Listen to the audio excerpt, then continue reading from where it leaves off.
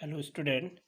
आज हम कक्षा 10 के मैथ्स के चैप्टर नंबर 12 के वृत्तों से संबंधित क्षेत्रफल का अध्ययन करेंगे। तो इसमें सबसे पहले हम वृत्त के भागों के बारे में जान लेते हैं। वृत्त में क्या क्या चीज़ें होती हैं। तो वृत्त में जैसे ये हमारा वृत्त है, तो वृत्त में एक हमारा होगा बिल्कुल बीचों बीच में जो बिंदु होता है उसे हम क्या कहते हैं, केंद्र। केंद्र को O से दिखाते हैं।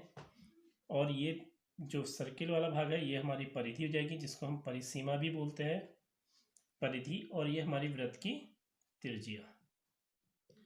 वृत्त की त्रिज्या को r से दिखाया जाता है, स्मॉल r से। साथ ही वृत्त की परिधि के किन्हीं दो बिंदुओं को मिलाने वाली रेखा हमारी कहलाती है जीवा। इसी प्रकार से वृत्त के केंद्र से वृत्त जाने वाली वह रेखाखंड जो वृत्त की परिधि के किन्हीं दो बिंदुओं को मिलाता है उसे हम व्यास कहते हैं। तो व्यास अगर हम देखें तो जो वृत्त का व्यास होता है वो सदैव त्रिज्या का दुगना होता है, 2 गुणा त्रिज्या। इससे पहले भी आप वृत्त से संबंधित कुछ सूत्रों को जानते हैं। जैसे वृत्त की अगर हम परिधि की बात करें तो निचली कक्षा में आपने इसको पढ़ा है। वृत्त की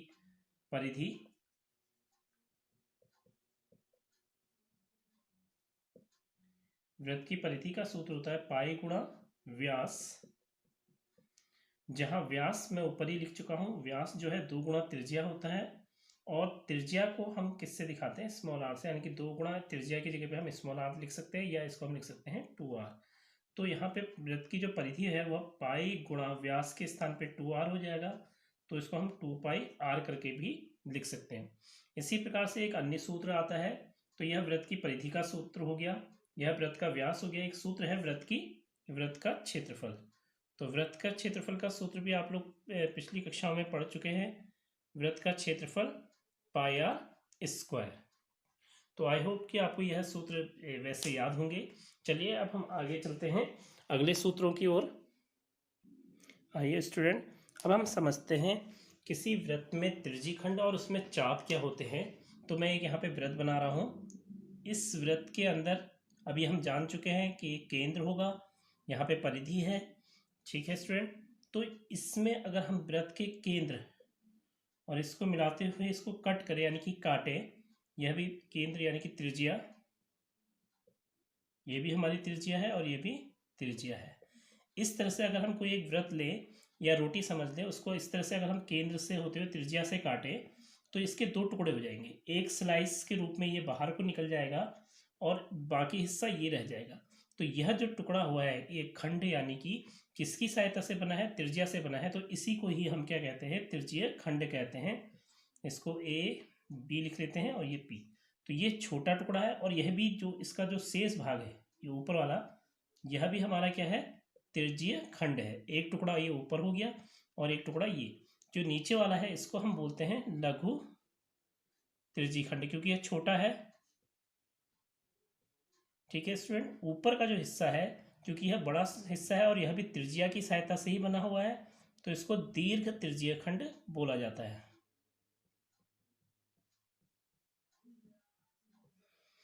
और इसमें ये वाला हिस्सा जो होता है इसको हम कहते हैं चाप। जो परिधि का ये हिस्सा होता है जिसको हमने ए पी बी कहा है, और ऊपर भी एक हिस्सा और है ऐसी, यह भी हमारा चाप है। चलो इसको ए क्यू बी से लिख देते हैं। तो ए पी भी हमारा क्या हो गया, लघु चाप, क्योंकि ये छोटा है तो इसको हम बोलेंगे लघु चाप। और ये जो ए क्यू बी ऊपर वाला हिस्सा है, क्योंकि ये बड़ा हिस्सा है, यहाँ से देखिए यह जो परिधि का ये बड़ा हिस्सा जो आ रहा है यह हमारा क्या हो गया, दीर्घ चाप। तो त्रिज्यीय खंड को अगर हम बात करें तो त्रिज्यीय खंड को लघु त्रिज्यीय खंड हमारा हो जाएगा ए ओ बी पी, या ओ ए पी बी। ये हो गया हमारा लघु त्रिज्यीय खंड। और हमारा है ओ ए क्यू बी, ये हमारा हो गया दीर्घ त्रिज्यीय खंड। साथ ही साथ चाप लिखते हैं। इस चाप को अगर हम लिखें तो ये क्या है, ए पी बी। तो ए पी बी, ये चाप को ऊपर से इस तरह से दिखाएंगे, और ये हो गया हमारा लघु चाप, क्योंकि ये छोटा है। इसी प्रकार से ये जो चाप जा रहा है ऊपर से ए क्यू बी, यह हमारा दीर्घ चाप, बड़ा चाप है तो इसको हम दीर्घ बोल देंगे AQB। तो ये हमारा हो गया दीर्घ चाप। आई होप स्टूडेंट कि आपको लघु त्रिज्यीय खंड, दीर्घ त्रिज्यीय खंड, लघु चाप और दीर्घ चाप समझ में आ गए होंगे। आइए अब चलते हैं, ये लघु चाप की लंबाई, त्रिज्यीय खंड की का क्षेत्रफल आदि को के सूत्रों को ज्ञात करते हैं। तो स्टूडेंट अब हम चाप की लंबाई ज्ञात करते हैं। अभी मैं आपको बता चुका हूँ चाप हमारे दो होते हैं, एक तो ये छोटा वाला चाप APB और दूसरा चाप है AQB जो वृत्त की परिधि पर है। ये चाप हमारे, मैं यहाँ पे आपको बार बार इसको इंगित कर रहा हूँ, इसी प्रकार से वाला चाप है। तो हमें चाप निकालते हैं। तो सबसे पहले हम इसमें मान लेते हैं कि यहाँ पे हमारा कोण थीटा बन रहा है। किससे? लघु चाप की सहायता से केंद्र पे जो कोण बन रहा है उसको हमने थीटा मान लिया। तो कोण AOB को हमने थीटा मान लिया। ठीक है स्टूडेंट, तो आइए अब हम इस चाप को याद करते हैं। तो सबसे पहले चाप को ध्यान से देखिए, किस पे बन रहा है? परिधि पे बन रहा है। अब इस पूरी परिधि को देखते हैं। इस पूरी परिधि द्वारा केंद्र पर, पूरी परिधि यानी कि 2πr द्वारा केंद्र पे जो चाप बन रहा है, जो कोण बन रहा है वो कितने डिग्री का होगा? एक बिंदु के चारों ओर जो कोण होता है वो 360 डिग्री का होगा। तो वृत्त के केंद्र पर कुल जो पूरा कोण होता है वह 360 डिग्री का होता है। चलिए इसको भी अलग से लिख देते हैं। केंद्र पर कोण बराबर 360 डिग्री। ठीक है, अर्थात अगर हम केंद्र पर कोण थीटा हो तो लंबाई किसकी? चाप की लंबाई यानी कि पूरी परिधि की लंबाई आ जाएगी उस समय। सॉरी, जब कोण 360 डिग्री हो, पहले हम 360 डिग्री के लिए लेंगे। जब केंद्र पर कोण 360 डिग्री हो तो परिधि यानी कि पूरी चाप की लंबाई 2πr हो जाएगी। ठीक है, जब कोण हमारा 1 डिग्री हो तो लंबाई यानी कि चाप की हमारी लंबाई कितनी जाएगी? 2πr upon 360 degree. और जब केंद्र पर कोण थीटा डिग्री का हो तो तब लंबाई हमारी क्या जाएगी? 2πr अपॉन 360 गुणा थीटा डिग्री। और इसको अगर हम ढंग से लिखना चाहें तो 2πr थीटा अपॉन 360 डिग्री। यह हमारी क्या आ गई? लघु चाप की लंबाई, APB की लंबाई।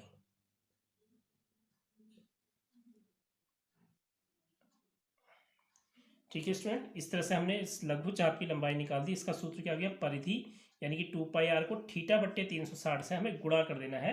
सीधा सा सूत्र है, परिधि का सूत्र आपको याद ही होगा। उसमें क्या करना है? थीटा बट्टे 360 का गुणा कर देना। अब हम दीर्घ चाप की लंबाई निकालते हैं। दीर्घ चाप को हमने नाम दिया है AQB, जो ऊपर वाला ये AQB की लंबाई, इसको निकाल लेते हैं। अगर हम इस लंबाई को देखते हैं, देखिए इस पूरे की लंबाई, अगर हम वृत्त की परिधि में से इसको घटा दें, APB को हटा दें पूरे वृत्त की परिधि में से, तो हमारे किसकी लंबाई बचती है? AQB की लंबाई ही बचेगी। यानी कि हमें क्या करना है? वृत्त की परिधि माइनस लघु चाप की लंबाई, इसको हम कर लेंगे। वृत्त की परिधि का सूत्र आपको मालूम है 2πr माइनस लघु चाप की लंबाई का सूत्र अभी हमने ऊपर निकाल रखा है, क्या है? 2πr थीटा बट्टे 360 डिग्री। तो ये हमने क्या करा? दीर्घ चाप और लघु चाप दोनों की लंबाई के लिए सूत्र याद कर लिया। अगर हमें यह सूत्र याद है तो यह हम स्वयं से बना करके सवाल के साथ ही हल भी कर सकते हैं। आइए अब हम चलते हैं त्रिज्यीय खंड, और त्रिज्यीय खंड का क्षेत्रफल निकालते हैं लघु और दीर्घ दोनों के लिए। तो स्टूडेंट यहाँ हम निकालने जा रहे हैं त्रिज्यीय खंड का क्षेत्रफल। तो ये हमारा ये वाला जो भाग है तो लघु त्रिज्यीय खंड हो जाएगा, और ये ऊपर वाला जो भाग है हमारा दीर्घ त्रिज्यीय खंड हो जाएगा। तो सबसे पहले हम लघु त्रिज्यीय खंड का क्षेत्रफल ज्ञात करते हैं, उसको भी बिल्कुल उसी प्रकार से ज्ञात करेंगे। तो इसमें क्या है कि हम वही कोण AOB हमने जो पहले से माना है वो हमने कितना माना है? कोण थीटा मान लिया है। और हमें मालूम है वृत्त के केंद्र पर पूरे कितने डिग्री का कोण बनता है? 360 डिग्री। यह कोण जो 360 डिग्री का कोण कब बन रहा है? जब वृत्त के क्षेत्रफल कितना है? πr²। तो जब केंद्र पर कोण कितना है? 360 डिग्री का है, तो उस समय क्षेत्रफल कितना होता है? वह वृत्त का क्षेत्रफल यानी कि पाई आर स्क्वायर हो जाता है। अब देखिए त्रिज्यीय खंड पे कितने अंश का कोण बन रहा है, थीटा डिग्री का कोण बन रहा है। तो अब हम लिखेंगे जब केंद्र पर थीटा डिग्री का, पहले 1 डिग्री का कोण निकाल लेते हैं। 1 डिग्री का कोण है तो उस समय क्षेत्रफल कितना होगा, पाई आर स्क्वायर बट्टे 360 डिग्री। और जब थीटा डिग्री का कोण है तो उस समय क्षेत्रफल कितना होगा, पाई आर स्क्वायर अपॉन 360 गुणा थीटा। और अगर हम इसको लिखना चाहें तो pi r square equal to theta upon 360 degree.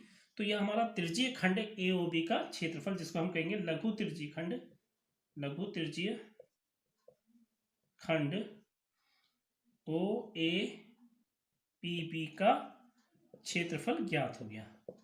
क्या करा, पाई आर स्क्वायर थीटा बट्टे 360। अब साथ ही साथ हम यहाँ पे दीर्घ त्रिज्यीय खंड का क्षेत्रफल भी निकाल लेते हैं।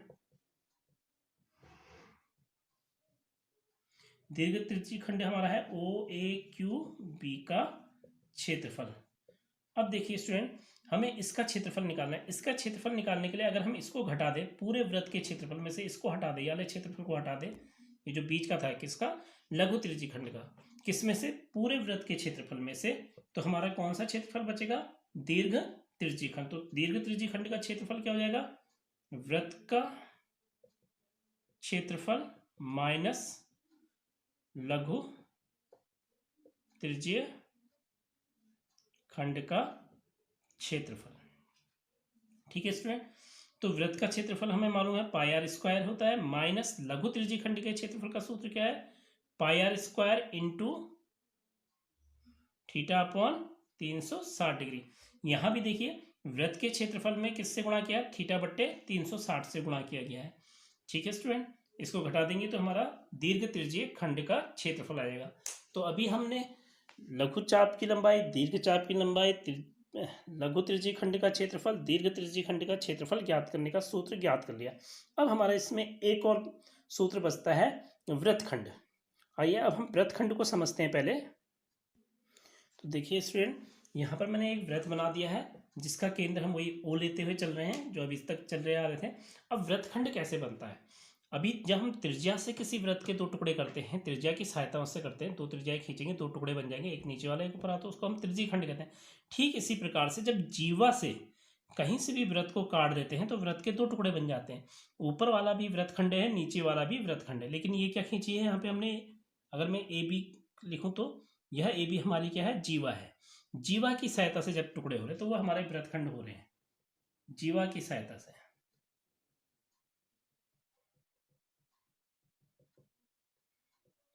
जब ये टुकड़े हो जाएंगे तो हमारे वृत्तखंड हो जाएंगे। नीचे वाला हमारा हो जाएगा लघु वृत्तखंड, ऊपर वाला हो जाएगा दीर्घ वृत्तखंड। ये तो हमारा हो गया दीर्घ वृत्तखंड और नीचे वाला हमारा हो गया लघु वृत्तखंड। जिस तरह से लघु चाप, दीर्घ चाप, लघु त्रिज्यीय खंड, दीर्घ त्रिज्यीय खंड, उसी प्रकार से लघु वृत्तखंड और दीर्घ वृत्तखंड है। ठीक है स्टूडेंट, आइए अब इस लघु वृत्तखंड का क्षेत्रफल कैसे निकालेंगे। ये हमारा लघु वृत्तखंड है, इसका क्षेत्रफल कैसे निकालेंगे। तो सबसे पहले हम इसको केंद्र से मिला लेते हैं। ठीक है स्टूडेंट, ये केंद्र से मिला लिया और यहाँ पे हम थोड़ी देर के लिए वही कोण थीटा ही मान लेते हैं। कोण ए ओ बी को हम थीटा मान के चल रहे हैं। ठीक है स्टूडेंट, और अभी हम इस लघु वृत्तखंड को भी मिटा देते हैं, हटा देते हैं इसको। तो अगर हम ध्यान से देखें तो यह हमारा क्या बन गया, ए ओ बी, अगर हम इसको पी लिख लें तो यह हमारा क्या बन गया, त्रिज्यीय खंड बन गया।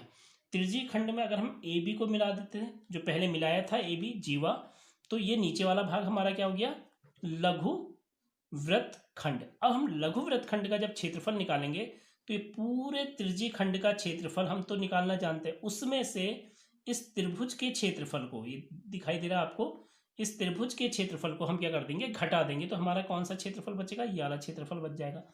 तो स्टूडेंट समझ में आया, हम क्या करेंगे, लघु वृत्तखंड का क्षेत्रफल जब निकालेंगे, लघु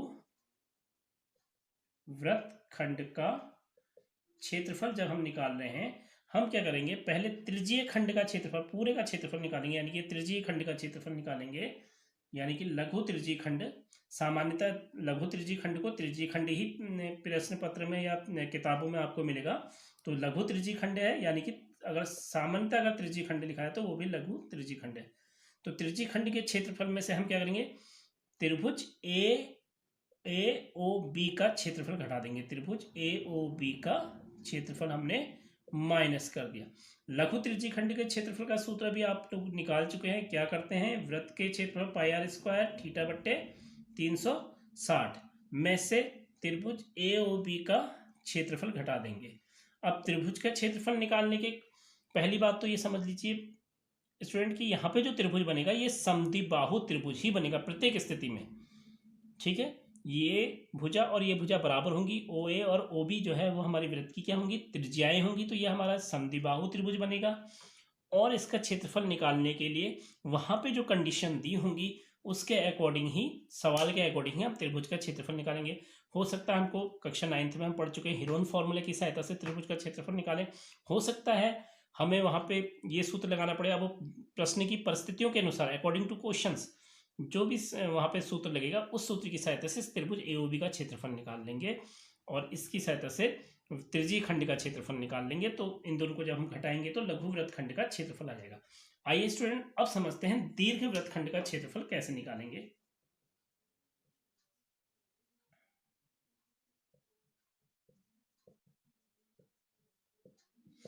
अब दीर्घ वृत्तखंड का क्षेत्रफल के लिए थोड़ी देर के लिए इसको मिटा दो, इसी को रहने दो केवल। तो ये हमारा वृत्तखंड है, ऊपर वाला दीर्घ है, नीचे वाला लघु। अब लघु वृत्तखंड का जब आप क्षेत्रफल निकाल लोगे तो वृत्त के क्षेत्रफल में से जब इसको घटाओगे, मेरी बात समझ में आए, मैं फिर से एक बार रिपीट कर रहा हूँ। ऊपर वाला ये पूरा हमारा क्या है, वृत्त है। वृत्त के क्षेत्रफल में से लघु वृत्त का खंड का क्षेत्रफल हम जब ज्ञात कर लेंगे, इसको घटा देंगे तो हमारा क्या जाएगा, दीर्घ वृत्तखंड का क्षेत्रफल निकल जाएगा। तो हमें क्या करना है, वृत्त का क्षेत्रफल माइनस लघु वृत्तखंड का क्षेत्रफल, इन दोनों को घटा देना है। तो हमारा दीर्घ वृत्तखंड का क्षेत्रफल आएगा। वृत्त का क्षेत्रफल तो आपको मालूम ही है क्या है, पाई आर स्क्वायर माइनस लघु वृत्तखंड का क्षेत्रफल, ये हम यहाँ निकाल चुके हैं, उसको यहाँ पे रख देंगे। तो इसको मैं अभी लिख नहीं रहा हूँ, ये सूत्र यहाँ ऊपर लिखा हुआ है, इसको हम जब कर लेंगे तब ये हम निकालेंगे। तो हमें लघु वृत्तखंड का क्षेत्रफल निकालने से, दीर्घ वृत्तखंड का क्षेत्रफल निकालने से पहले लघु वृत्तखंड का क्षेत्रफल ज्ञात करना जरूरी है। ठीक है स्टूडेंट, आई होप आपको ये क्वेश्चन समझ में, ये आपको सूत्र समझ में आ गए। एक बार हम इन सूत्रों को एक बार शॉर्ट में देख लेते कि हमने कौन कौन से सूत्र यहाँ पे पढ़े। तो स्टूडेंट जो हमने सूत्र यहाँ पे पढ़े थे, पहला था वृत्त की परिधि, जो आपको निचली कक्षा में पढ़ा है आपने, पाई गुणा व्यास। इसको हम 2 पाई आर करके भी लिखते हैं क्योंकि व्यास जो होता है 2 गुणा त्रिज्या होता है और आर हमारे यहाँ पे क्या है, त्रिज्या है। वृत्त का क्षेत्रफल आप पढ़ चुके हैं पाई आर स्क्वायर। लघु चाप की लंबाई यहाँ पे हमने पढ़ा था, लघु चाप की लंबाई निकाली थी। उसके लिए हमने क्या करा था, वृत्त की परिधि यानी कि 2 पाई आर को, ध्यान रखिए 2 पाई आर को थीटा बट्टे 360 से गुणा कर दिया था। दीर्घ चाप की लंबाई के लिए वृत्त की परिधि में से लघु चाप की लंबाई को घटा देंगे।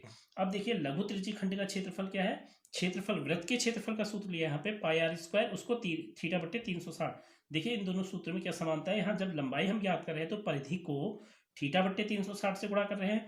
जब लघु त्रिज्यीय खंड का क्षेत्रफल निकाल रहे हैं तो क्षेत्रफल यानी कि पाई आर स्क्वायर को थीटा बट्टे 360 से गुणा कर रहे हैं। उसके बाद हमने दीर्घ त्रिज्यीय खंड का क्षेत्रफल निकाला, जो कि वृत्त का क्षेत्रफल माइनस लघु त्रिज्यीय खंड का क्षेत्रफल है। ठीक है स्टूडेंट, अब आगे चलते हैं। आगे हमने पढ़ा लघु वृत्तखंड का क्षेत्रफल। तो लघु वृत्तखंड का क्षेत्रफल क्या है, इसके लिए हम लघु त्रिज्यीय खंड का क्षेत्रफल निकालेंगे और उस त्रिज्यीय खंड के संग जब हम वृत्तखंड बनाएंगे तो उस समय जो त्रिभुज बनेगा उसका क्षेत्रफल हम क्या कर देंगे, घटा देंगे। इसी प्रकार से दीर्घ वृत्तखंड का क्षेत्रफल निकालने के वृत्त का क्षेत्रफल में से लघु वृत्तखंड का क्षेत्रफल घटा देंगे। तो इन सूत्रों को आप नोट कर लीजिएगा। अब इसके बाद हम अगली वीडियो में इससे संबंधित प्रश्नावली को हल करने का प्रयास करेंगे।